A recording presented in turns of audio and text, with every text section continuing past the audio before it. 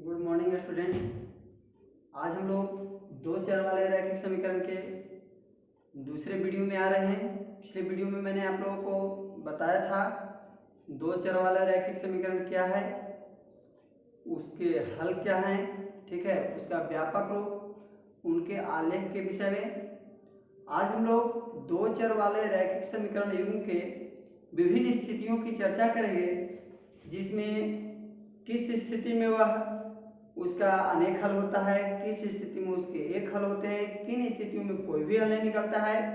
इसके अतिरिक्त अगर उसके एक हल निकल रहे हो तो कैसा समीकरण कहलाएगा, कोई हल नहीं निकल रहा हो तो कैसा समीकरण कहलाएगा, अगर संपाती हो यानी बहुत से हल निकल रहे हो तो वह समीकरण क्या कहलाएगा।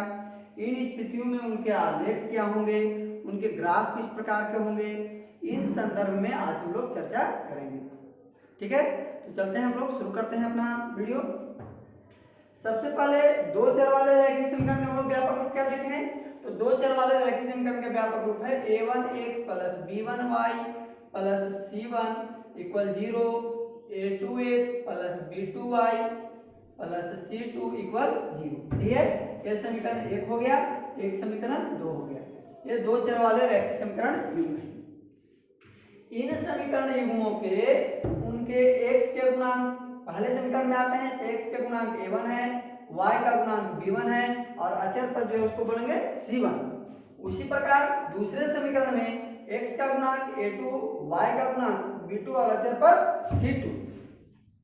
इन गुणांकों के परस्पर अनुपात के द्वारा हम पता करेंगे कि वह समीकरण कैसा है, उसके कितने हल हैं और उनके बारे में। ठीक है, तो देखिए पहला कंडीशन, यदि a1/a2 यानी कि x के गुणांकों का अनुपात कर रहे हैं, a1/a2 = नोट बराबर नहीं है b1/b2 के बराबर नहीं है c1/c2 के, तो वैसे समीकरण को हम लोग कहते हैं संगत समीकरण या अविरोधी। संगत या अविरोधी कहा जाता है। उसी प्रकार इसका आलेख कैसा होगा, तो ऐसे समीकरण का आलेख होता है प्रतिच्छेदी, अर्थात समीकरण दोनों समीकरणों के जो आलेख होंगे वो एक बिंदु पर एक दूसरे को प्रतिच्छेद करेंगे। अब करते हैं इनके हल के विषय में। तो दो रेखाएं एक दूसरे को जब प्रतिच्छेद करती हैं तो प्रतिच्छेदी बिंदु कितना होता है, एक और केवल एक, यानी कि वैसे स्थिति में इसके कितने हल होंगे, एक हल, या इसको बोलेंगे अद्वितीय हल। ठीक है, इसके कितने हल होंगे, अद्वितीय हल होंगे।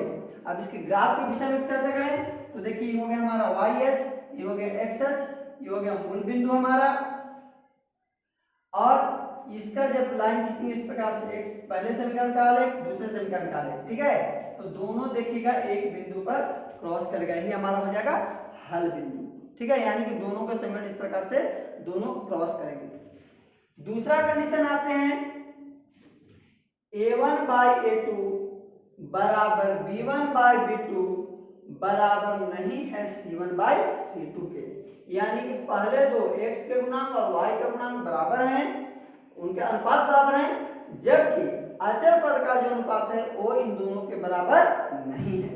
अर्थात ऐसा कंडीशन में इसको कहेंगे, ऐसे समीकरण को असंगत या विरोधी समीकरण कहा जाता है। असंगत या विरोधी। ऐसे समीकरण का आलेख कैसा होगा, तो आलेख समांतर होगा इसका आलेख। ठीक है, अर्थात ग्राफ की दोनों लाइनें जो होंगी वो एक दूसरे के पैरेलल रहेंगी, एक कहीं पर क्रॉस नहीं करेंगी।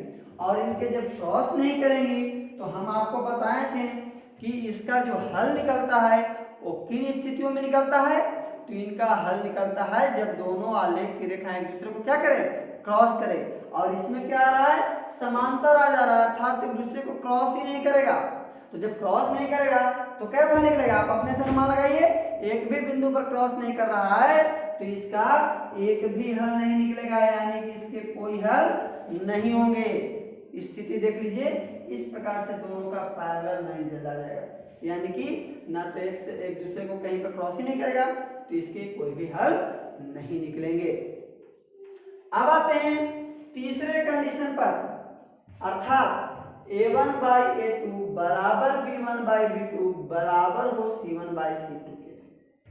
a1/a2 बराबर b1/b2 बराबर c1/c2, तीनों का अनुपात परस्पर बराबर हो जाए तो वैसा स्थिति में क्या होगा, तो वैसे स्थिति को हम लोग आश्रित बोलते हैं। वैसे समीकरण को आश्रित समीकरण। और आलेख ऐसा इसका क्या होगा, तो संपाती, अर्थात दोनों लाइन एक दूसरे पर आ जाएंगी। ठीक है, पहला समीकरण का जो आलेख होगा उसी पर दूसरा भी समीकरण आ जाएगा हमारा। ठीक है, और इसके हल कितने होंगे, तो चूंकि हम बताएं कि दोनों पर एक दूसरे पर ही आ गया लाइन, अर्थात हर बिंदु पर प्रतिच्छेद कर रहा है, सभी बिंदुओं पर काट रहा है। तो जितने एक रेखा पर कितने बिंदु होते हैं, तो एक रेखा पर बिंदुओं की संख्या अनंत होती है। अब अनंत होती है यानी कि अनंत बिंदु पर प्रतिच्छेद कर रहा है, तो जब अनंत बिंदु पर प्रतिच्छेद कर रहा है तो हलों की संख्या भी कितनी होगी, अनंत होगी। ठीक है, यानी कि इसके कितने हल होंगे, अनंत हल होंगे। इसका ग्राफ जो है इस रूप में इसको हम लोग यहाँ पे दर्शा सकते हैं। ठीक है, तो आप इसको भली भांति से समझ जाएंगे। फिर से समझा देते हैं, यदि a1/a2 बराबर नहीं है b1/b2 के, बराबर नहीं है c1/c2 के, तो समीकरण को कहेंगे संगत या अविरोधी। इनका आलेख जो होगा वो होगा प्रतिच्छेदी। हल कितने होंगे, तो एक हल या कहिए अद्वितीय हल होंगे। ठीक है, ग्राफ की स्थिति को यहाँ पर दर्शाया गया है। हो सकता है आप लोगों के पास अगर स्पष्ट फिगर नहीं आ रहा है तो इस प्रकार से देखिए, यहाँ पर हम इस चीज को दर्शा दे रहे हैं। इस प्रकार से ग्राफ जाएगा। देखिए हमारा हो गया y डैश x डैश और x। आप इसके ग्राफ का लाइन इस प्रकार से चला जाएगा। देखिए ये हो गया प्रतिच्छेदी आलेख का, यानी कि आलेख की रेखा जो है एक बिंदु पर प्रतिच्छेद करेंगे। ठीक है,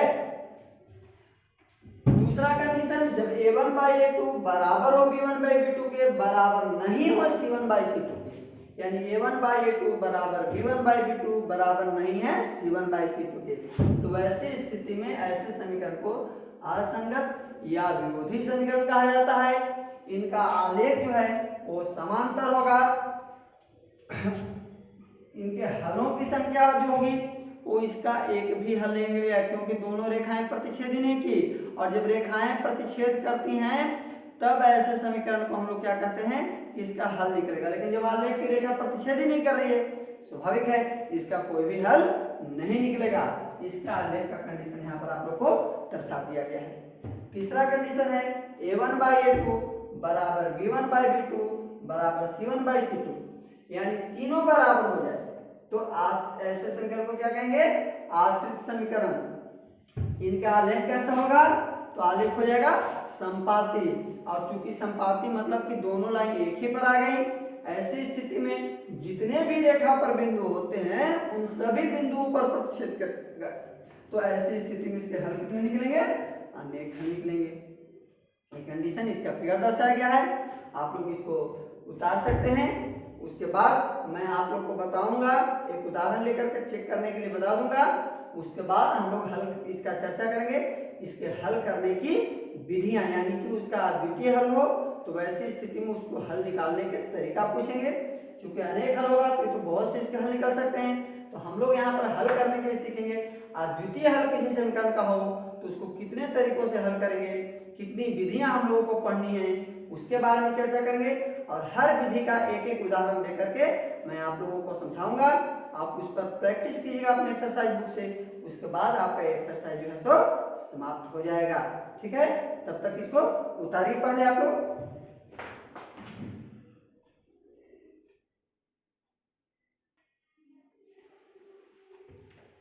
चलिए आगे चलते हैं फ्रेंड।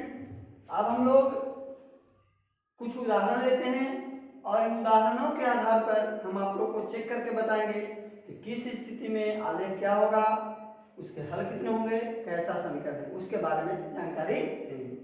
तो चलते हैं, सबसे पहला उदाहरण करिए। पहला उदाहरण हमारा है x - 2y = 0 और 3x + 6y = 20। इस समीकरण 1, समीकरण 2।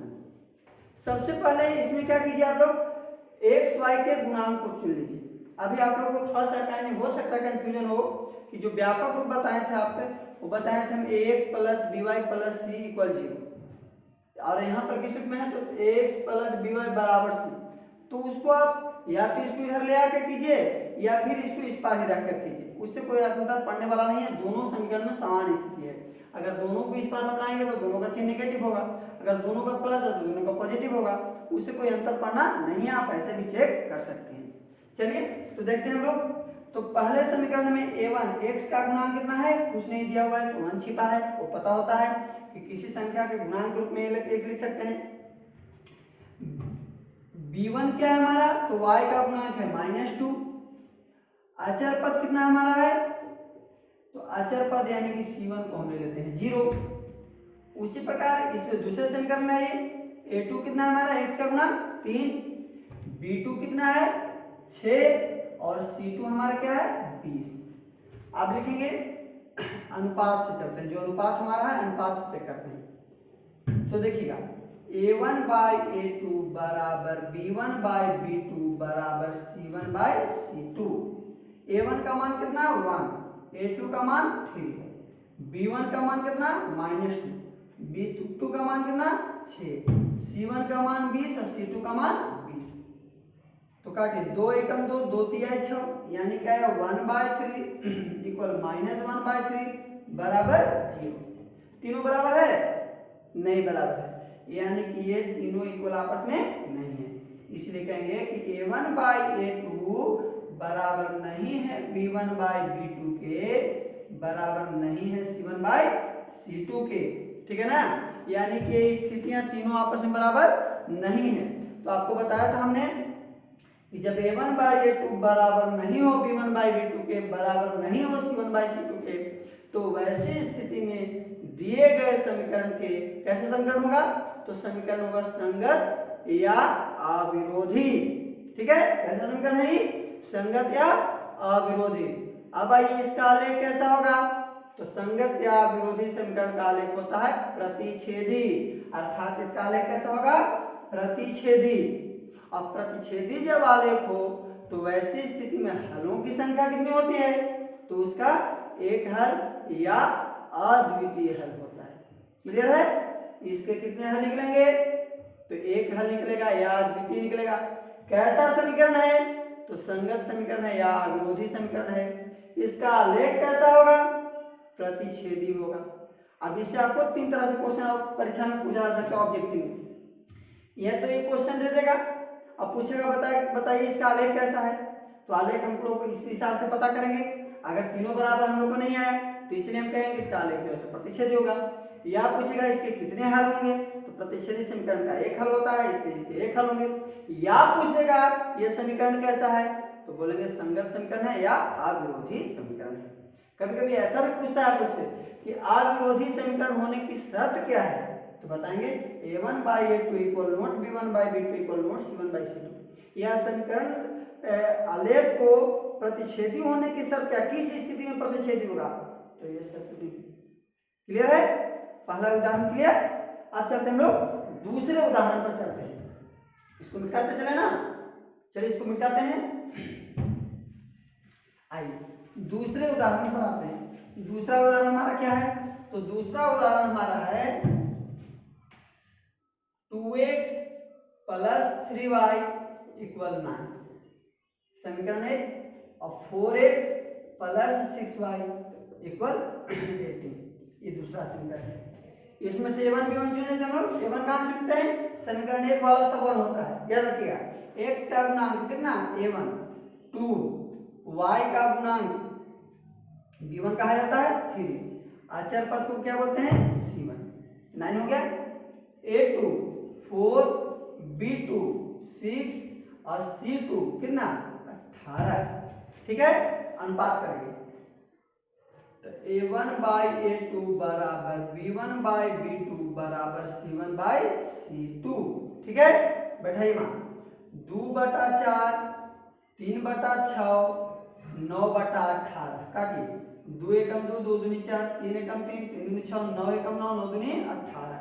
तीनों 1/2 आ गया। देखिए 1/2 1/2 1/2, यानी क्या कंडीशन आ गया, अर्थात आया हमको A1 बाई A2 बराबर B1 बाई B2 बराबर C1 बाई C2, अर्थात तीनों अनुपात हमको बराबर आ गया। अब बताइए इस कंडीशन में क्या भी बताए हम लोग, इस कंडीशन में जब आए तो ऐसे समीकरण को आश्रित समीकरण कहा जाता है। ठीक है, ये कैसा समीकरण है, आश्रित समीकरण है। आश्रित समीकरण का आलेख कैसा होता है बताएं थे अभी, आश्रित समीकरण का आलेख संपाती होता है, अर्थात दोनों लाइन एक दूसरे पर ही आरोपित हो जाएंगी। और तीसरा कितने हल निकलेंगे, तो चूंकि बताए कि संपाती है यानी सभी बिंदुओं पर प्रतिच्छेद करेगी, और एक रेखा पर कितने बिंदु होते हैं, तो बिंदुओं की संख्या अनंत होती है, इसलिए इसके कितने हल निकलेंगे, तो इसका अनंत हल निकलेगा। क्लियर है समझ में। सबसे पहले A1 B1 C1 A2 B2 C2 का चयन कर लेंगे, उसके बाद उनका अनुपात करेंगे। अगर अनुपात हमको जो तीन कंडीशन बताए हैं वो तीन कंडीशन में से कोई अगर आता है तो उस आधार पर इसका हम लोग हल व्यक्त कर सकते हैं। क्लियर है। अब आ जाते हैं तीसरे उदाहरण पर। तीसरा उदाहरण हमारा क्या था, तो तीसरा उदाहरण हम लोगों का है x प्लस 2y बराबर 4 और 2x प्लस 4y बराबर 12। ठीक है, इसमें से भी A1 B1 C1 से चुनाव कर लीजिए। तो A1 का मान हो गया x, सॉरी x नहीं गुणा किसका लेते हैं 1, B1 का मान 2 और C1 का मान हो गया 4। उसी प्रकार A2 का मान 2, B2 का मान 4 और C2 का मान 12 आ गया। अब इसका अनुपात करेंगे, A1 बाई A2 बराबर B1 बाई B2 बराबर C1 बाई C2। बैठाइए A1 का मान 1 बाई 2, B1 का मान 2 बाई 4, C1 का मान 4 बाई 12 आ गया। काटी 1 बाई 2 है, 2 एकम 2 दूनी 4, 4 तिहाई 12। इसमें क्या देख रहे हैं लोग, तो ये तो बराबर आया A1 बाई A2 बराबर आया B1 बाई B2 के, लेकिन C1 बाई C2 के बराबर नहीं आया। अब बताइए क्या कंडीशन होगा, तो इस कंडीशन में हम बताए थे कि जब A1 बाई A2 बराबर हो B1 बाई B2 के, बराबर नहीं हो C1 बाई C2 के, तो इस कंडीशन में दिए गए समीकरण का जो दिया गया जो समीकरण होता है वो क्या होता है, असंगत या विरोधी होता है। ठीक है। दूसरा स्थिति, इसके आलेख के बारे में जानते हैं, तो इसका जो आलेख होता है, इसका आलेख पैरेलल हो जाता है, अर्थात लाइन दोनों जो होती हैं, दोनों समीकरणों के जो लाइन होते हैं एक दूसरे के समानांतर होते हैं। और जब ऐसा कंडीशन होगा तो चूंकि हम बताएं कि इसका हल किस आधार पर निकलता है, तो इसका हल निकलता है दोनों के प्रतिच्छेद होने के आधार पर, दोनों रेखाओं के प्रतिच्छेद होने के आधार पर। तो चूंकि पैरेलल जो लाइन होते हैं वो किसी बिंदु पर अनंत तक प्रतिच्छेद नहीं करते हैं, तो इस आधार पे इसके कितने हल निकलेंगे, तो इसका कोई भी हल नहीं निकलेगा। ठीक है, ये तीनों का उदाहरण दे देकर मैंने क्लियर कर दिया। अब हम लोग चर्चा करेंगे दो चर वाले रैखिक समीकरणों के हल करने की विधियां। हालांकि आप लोग को एनसीईआरटी के बुक में 4 विधि की ही चर्चा की गई है, लेकिन एक विधि और मैं बताऊंगा।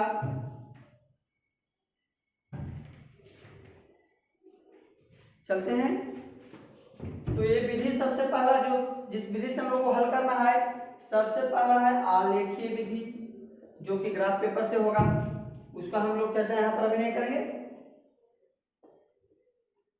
आलेख विधि, ठीक है। दूसरा है प्रतिस्थापन विधि,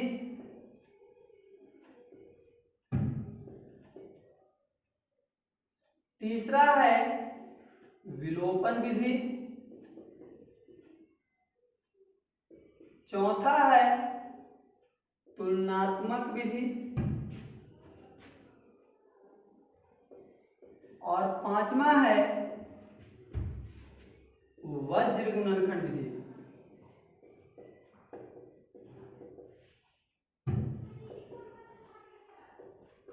ये 5 विधि है।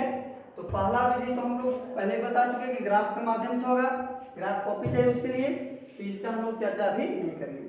हम लोग यहाँ पर चर्चा करेंगे प्रतिस्थापन विधि और विलोपन विधि, तुलनात्मक विधि और वज्र गुणनखंड विधि। हालांकि तुलनात्मक विधि का चर्चा तो एनसीईआरटी के बुक में नहीं किया 10 क्लास में, लेकिन फिर भी हम लोग जान जाएंगे ज्ञान के लिए। ये 5 विधियां हैं, इन्हीं विधियों को, इन चारों को हम लोग यहाँ पर एक एक करके सोल्यूशन कर करके समझाएंगे। ठीक है, तो चलते हैं हम लोग। सबसे पहला है हम लोग को एक उदाहरण ले लेते हैं और उस उदाहरण के आधार पर हम लोग चर्चा स्टार्ट करेंगे।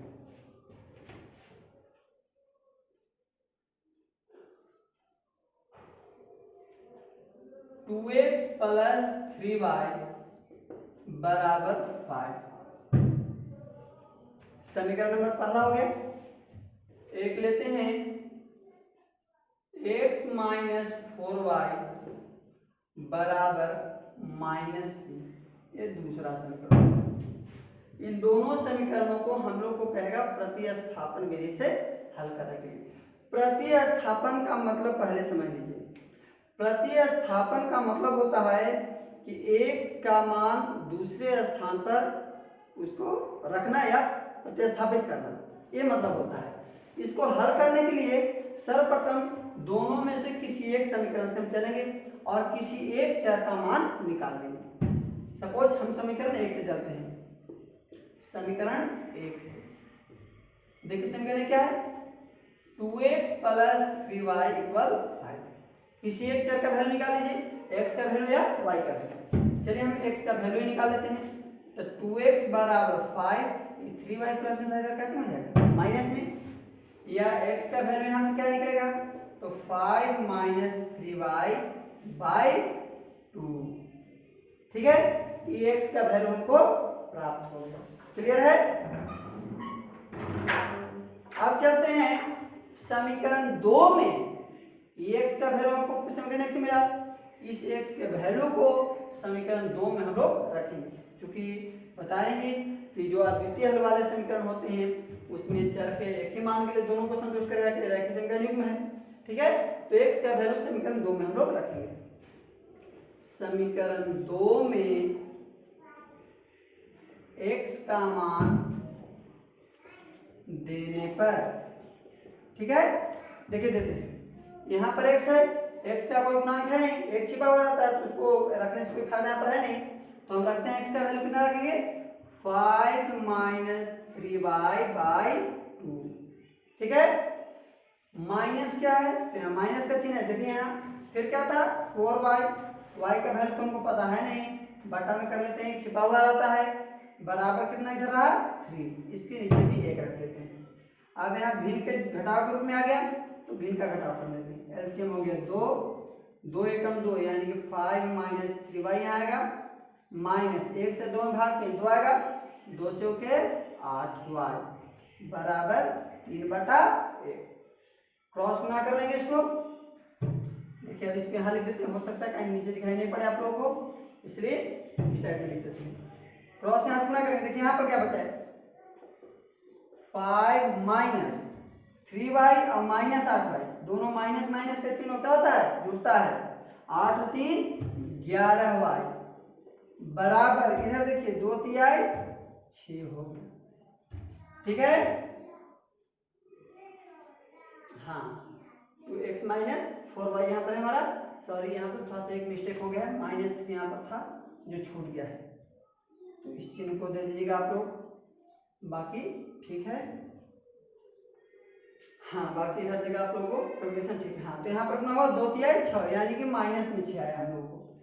अब यहाँ पर ले आते हैं 5, ये -6 था इधर आके +6 हो गया, बराबर 11y, 6 5 11, 11 यहाँ पर भी गुणांक था, y का गुणांक था, तो बटा में 11 आ जाएगा, काट दीजिए, y का वैल्यू कितना आ गया हम लोग को 1 प्राप्त हो गया, यानी कि y का मान निकल गया 1। अब हमको x का वैल्यू प्राप्त करना है, तो x का वैल्यू कैसे प्राप्त होगा, x का वैल्यू यहाँ पर निकाला था ना हम लोग, इस वैल्यू में हम लोग y का वैल्यू दे देते हैं, x निकल जाएगा, तो लिखेंगे, इसलिए x बराबर क्या होगा, तो x बराबर 5 माइनस 3 इंटू y का मान कितना 1 बाई 2, तो क्या हो गया x बराबर 5, 3 एकम 3, 5 में से 3 गया कितना बचेगा 2/2, कितना आ गया 1 आ गया।